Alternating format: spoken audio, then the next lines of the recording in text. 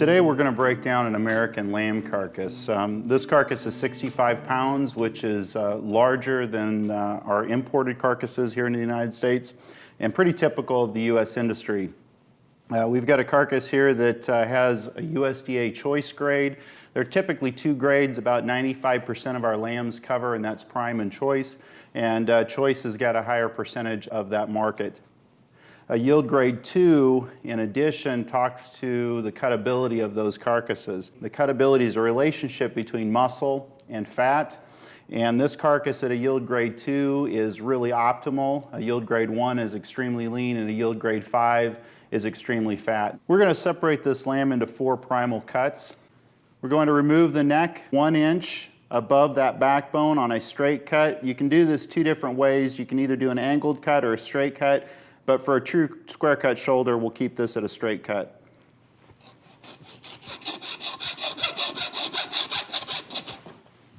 From there, we're going to go ahead and separate the carcass into our 4 primals.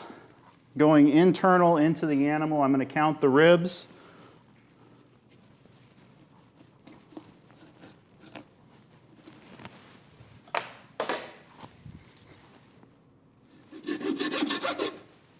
Okay, in this process, we've separated through the blade bone. Part of that's cartilage and bone that's exposed, and then also through the spinal column up there through the thoracic vertebrae.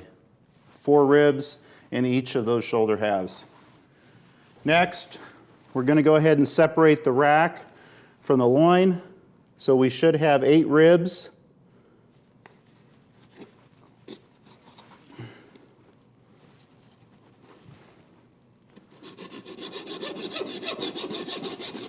We've separated the rack from the loin. That gives us a hotel rack, which is both sides attached. It has not been split down the spinal column. 8 ribs on either side. From this point, to separate the loin from the leg, we're going to lay the lamb back down on this side. And our point of reference is to identify the hip bone. So we've just separated the loin from the leg. We've got gluteus medius muscle at the top there, longissimus dorsi below. Next, we're going to go ahead and separate the rear trotters off of the legs. We're going to do that just above the joint. And that gives us our double leg there. The first primal we're breaking down is the shoulder. And in doing so, we separate this shoulder through the center portion of that spinal column. One thing that we notice with the shoulder cut in combination with the leg is that they're underutilized cuts, and there's some opportunities for butchers and retailers to be able to utilize additional cuts to actually entice consumers. We use a tremendous amount of the middle meats, and sometimes we forget about the shoulder or the leg. The first thing I'd like to show is a neck portion. The neck slices, once we've separated those and we've cut them into either 1/2 inch or 3/4 inch slices, we come up with some tremendous opportunities in terms of stew products or in terms of a stock preparation. Next, what we'd like to do is to actually separate the shank and the breast from each of the 2 shoulders. So our point of reference is actually at the tip of the first rib where it ties into the sternum. We want a straight cut that is parallel with the backbone, and that will actually separate and make our square cut shoulder.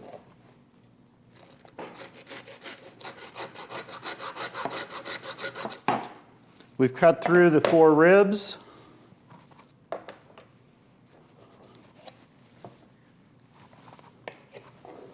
So as a point of reference, we've got a cut through the arm bone,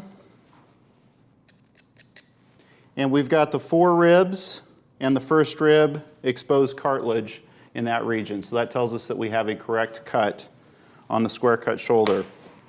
A couple other things that we need to make sure that we're aware of. That we remove the spinal cord out of that bone, particularly if you have bone-in cuts. So we've got those 2 shoulders prepared and ready to break down. Before we do that, I want to remove the shank at the natural seam. from each of these two breasts.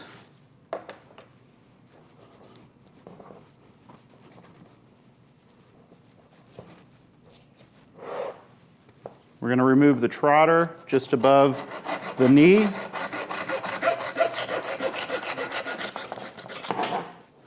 And there we'll have two foreshanks that are perfect for brazing. Couple opportunities here in the breast region, and if you notice, we do have a high percentage of fat that is associated with this particular cut, particularly on the outside portion. However, just a few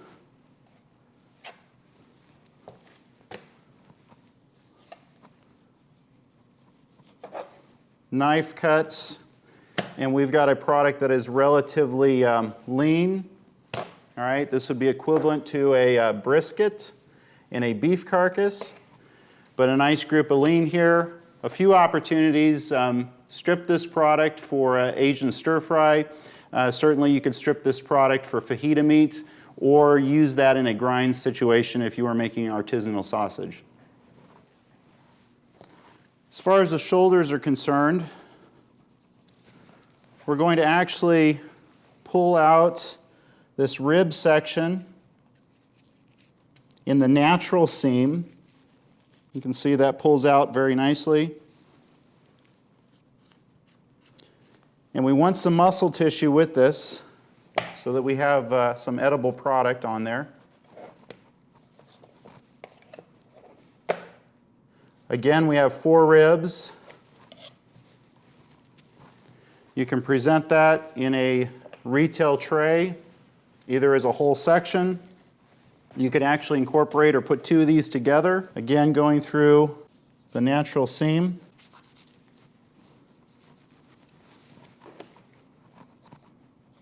And we've got 2 nice ribs there. If you'd like, you could certainly slice these in half. Encourage your consumers to parboil or braise those ribs so that way it releases the connective tissue from the bone and they'll slide off and they're going to be juicy and flavorful. Now we've got 2 shoulders here that we're going to go ahead and clean up. More of this fat. And one of the problems we run into in the shoulders, regardless of yield grade, is the amount of seam fat. And we've got to clean up those shoulders to reduce the amount of seam fat and expose that lean. We've got the square cut shoulder split in half, neck removed. An option on the shoulder, a traditional option, is to be able to pull off chops from the shoulder. The arm chop would actually come from the ventral side of that shoulder, so the underside. You can see the arm bone there.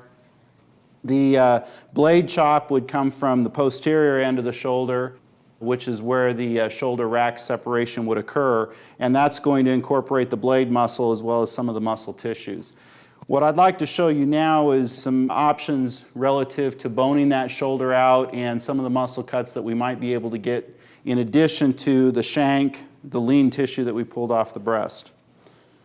So we're going to go ahead and take our knife, and following the curvature of that rib,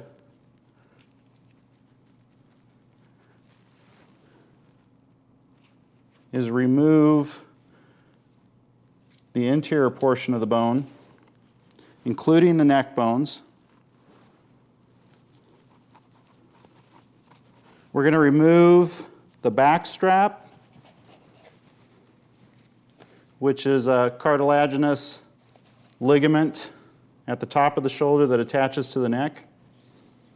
Pull any lean tissue that you pulled off with that to be able to put into your trim pile. Now we've got what would be the equivalent in a beef carcass to a chuck eye roll. And this would be basically the eye roll. And the reason it's called the eye roll is this muscle group right here is longissimus dorsi. That's the top loin muscle that we cherish in the rack, as well as the loin itself. Following through the natural seam, which is on the back side or the interior portion of the blade bone, and exposes some of the seam fat that we'd like to dispose of in the shoulder.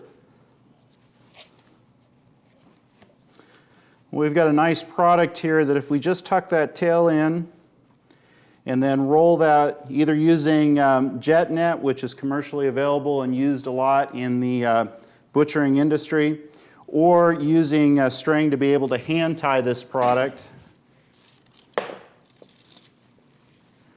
Just by taking that string, wrapping it twice, just like you're tying a shoelace, pulling it, turning it the opposite direction, and then one more wrap to knot it.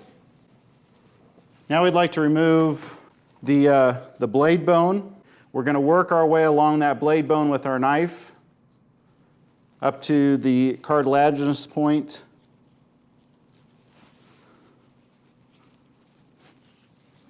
Then taking our knife to the exterior portion of that blade bone, we're going to meet the medial ridge of the blade bone, which you will see here in a second.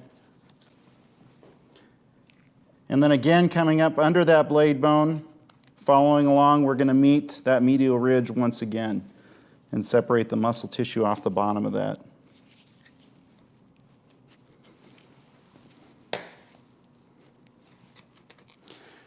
And then separating from the arm bone at the socket,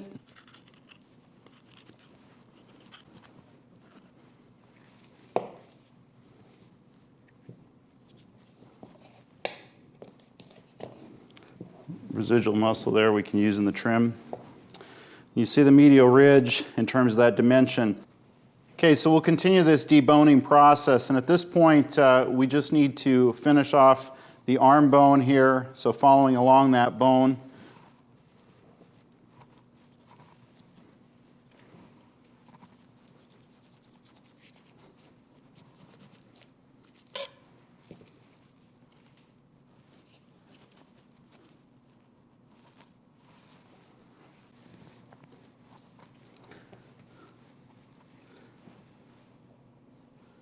Then we're going to remove the top blade.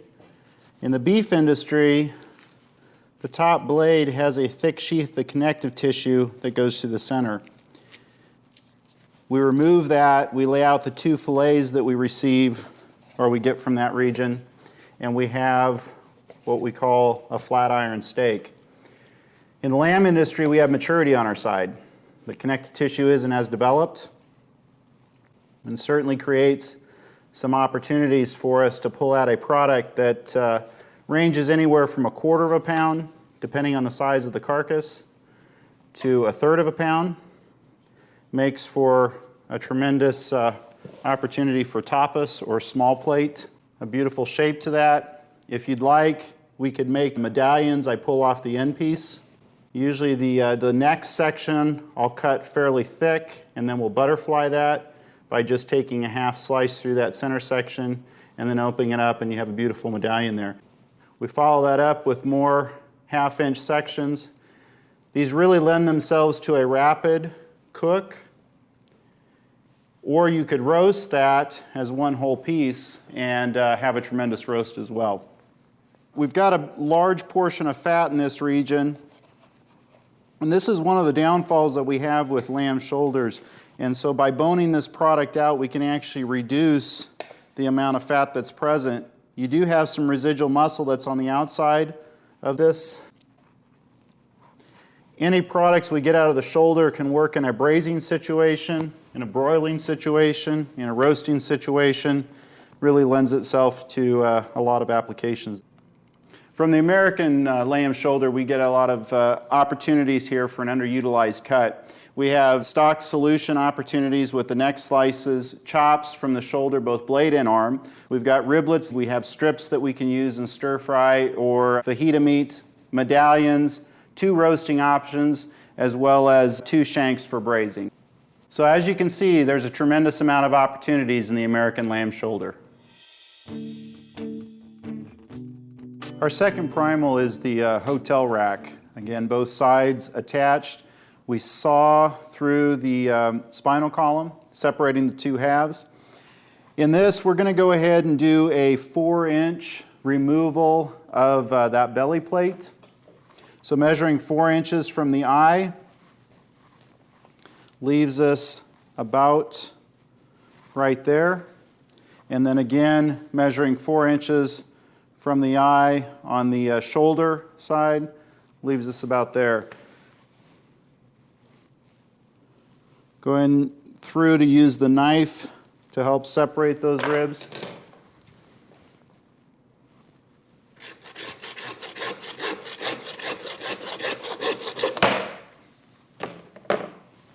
Okay, and gives us a nice clean cut then across the ribs by using the knife to separate through that lean anti-belly plate.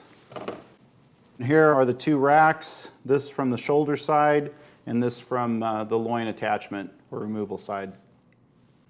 Both of these racks I've went ahead and separated using an air knife through those rib bones. Using the air knife we can actually go through and fillet back to those feather bones and eventually get back to the back strap, following along the curvature or the shape of that bone structure.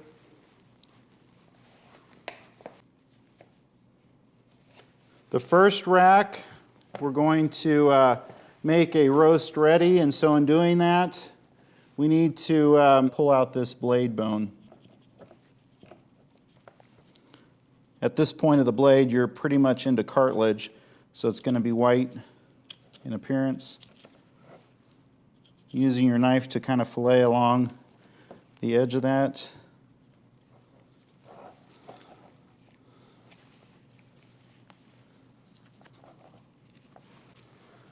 I'm not going to pull any of the cap muscle off. You can trim again for sanitation, or if you want to bring this a little bit leaner. And you have a cap on roast ready rack. Again, with the chine removed and the feather bones removed, a restaurateur or chef or even consumer can actually slice between these and half that rack or make chops if they so choose. Our second rack, again, removing the chine and the feather bones.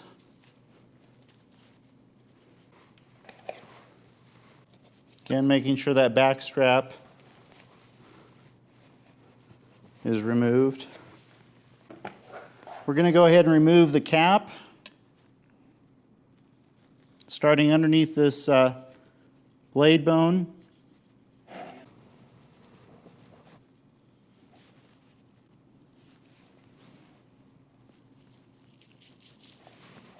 Again, there's a natural seam here.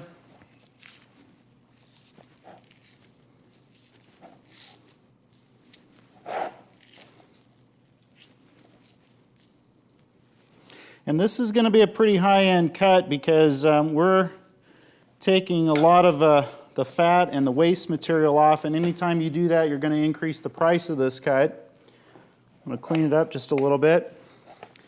Then I'm also going to do this at a 0-inch French, and what I mean by that is I'm going to be pretty much right up to that eye muscle area. So, and I will take a straight cut to the posterior portion of that rack. I'm going to follow the natural curvature of that rib again.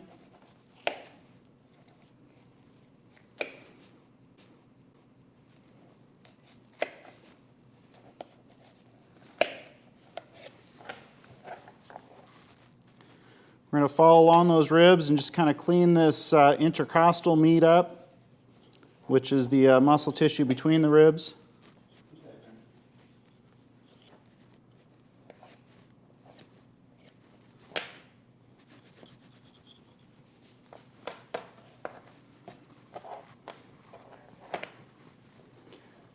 There we've got a 0-inch Frenched rack, a real high-end type product.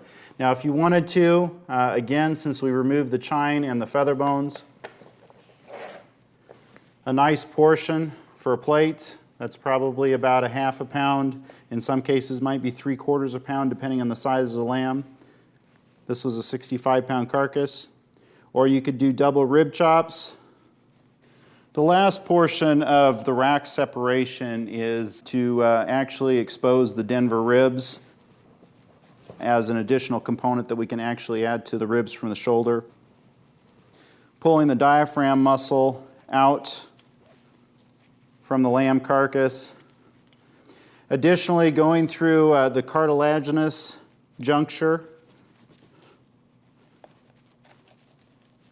of the ribs with your knife. Then finding that natural seam.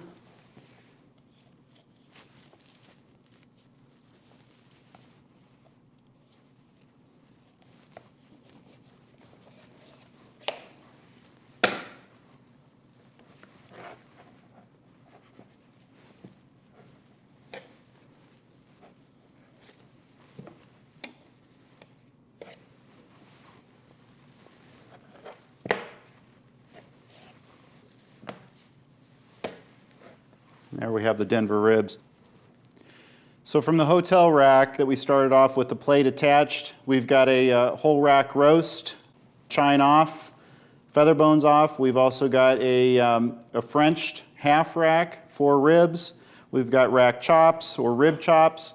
We've got Denver ribs here that we can attach or associate with our shoulder, and then a variety of trim meat that we've pulled from our plate region. We have a tremendous amount of opportunities for stir-fry, fajita meat, or lean product for grind. Our next wholesale cut is the loin, which we've split in half right down the spinal column, just like we have with the shoulder and the rack. Our first half, once we've cleaned out the internal fat from this region, we're going to go ahead and measure so we have a 0 by loin, meaning 0 inch, and the same thing on the sirloin attachment end of the loin. So again, you've got one rib here.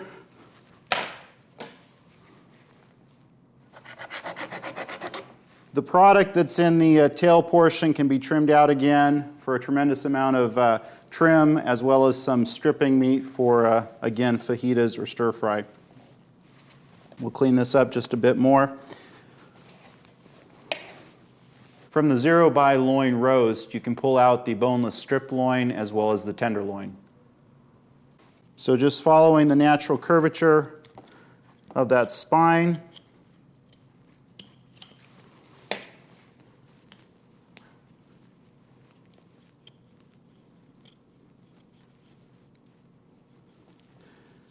this is the most tender cut in the carcass, so you want to make sure that you're pretty clean against those bones, maximizing the amount of lean product there.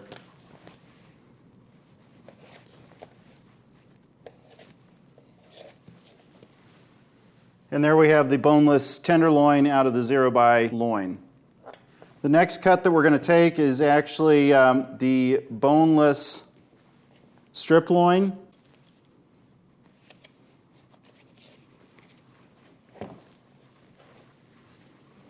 We're going to go ahead and peel this out of the fat.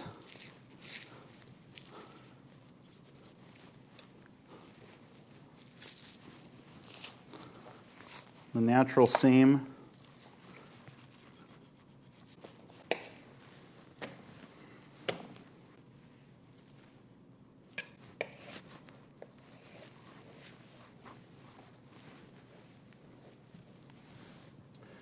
And we have the boneless strip loin.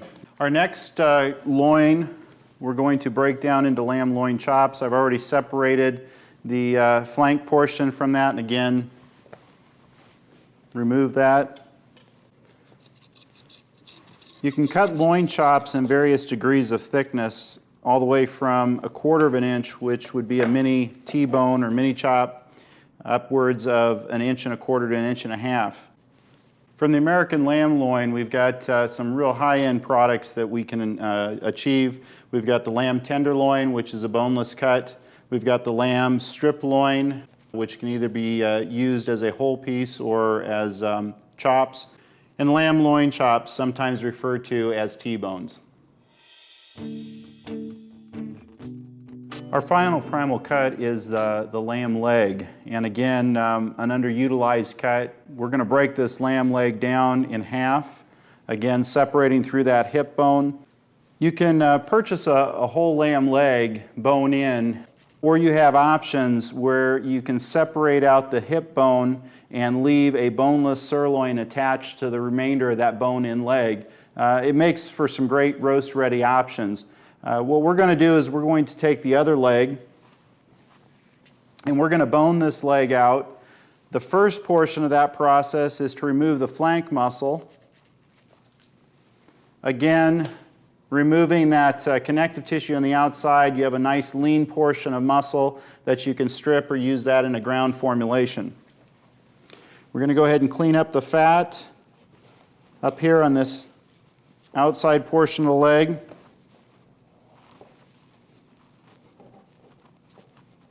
At this point, we want to remove the hip bone. And going along that natural seam, starting up here at the vertebrae, we're going to find that natural channel to follow along. Follow up here to the joint that attaches to the ball of the femur.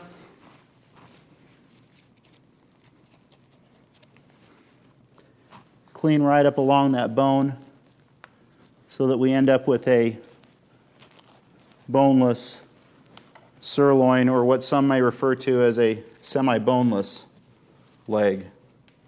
At this point, we're going to go ahead and remove the sirloin. We want it perpendicular to the direction of the shank bone in a straight cut and right at the tip of the ball of that femur. Ideally, trim this up. You have a boneless sirloin. A lot of times we think of sirloin chops or cutlets. This makes for a tremendous roast, which can either be braised or broiled. As a whole item, you can also tie this product, making a little bit larger roast for a longer, slower cooking process. At this point, we're going to remove the shank, and the way I do that is with a knife cut. In the commercial industry, they may actually use the bandsaw, but I kind of look for where that joint is at. Pop my knife right through that joint. Once I get through that joint, I kind of bend the shank back up, and then I just do a straight cut across. The reason I do that is I want to be able to have a presentation where that shank will stand up on end. Cleaning that shank up or Frenching that makes for a nice presentation as well. And of course, any of this lean meat you can use in a trim situation. From there, it's a pretty quick process to be able to remove the bone out of the remainder of this leg for our other muscle cuts that we're looking for. Trying to break this leg down in individual cuts that a consumer would actually like to purchase and then prepare is kind of an ideal situation. A lot of times legs are used in holiday situations for large family gatherings. And I think we want to make this an option for everyday use. That femur bone has a slight curve, so starting up here at the ball of that femur bone and working our way back to the knee joint on the hind leg. Using, again, the tip of your knife.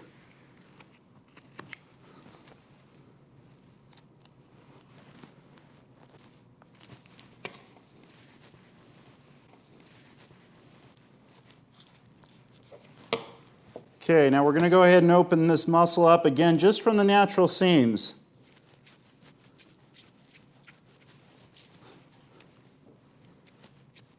And when we do that, at the same time we want to make sure that we trim out any seam fat.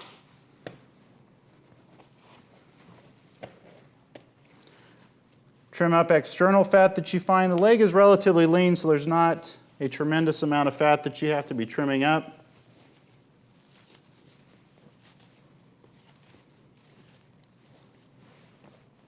And there you have the top round or the top leg portion, top round in a beef carcass. We're going to pull this muscle group out. This would be referred to as a knuckle in a beef carcass. In a lamb carcass, we refer to as a sirloin tip. The last portion of this leg is actually the bottom round. You've also got one more item in here that sets up as either anywhere from 1/4 to 1/3 of a pound per leg. And really a nice shape to this item in terms of a individual serve. This is what we'd refer to as the eye of the leg, or in a beef carcass, the eye of the round. In a lamb carcass, this can actually be cooked in a number of different fashions. One of the ways that I like it is a rapid cook method with a quick sear. Very good and very tender in that application, but a nice shape to it. You can certainly make medallions after you've seared the outside. Utilizing the bottom round, you've got a pretty flat cut here. We can do a dry cure with this product once we've trimmed the fat, exposed the lean.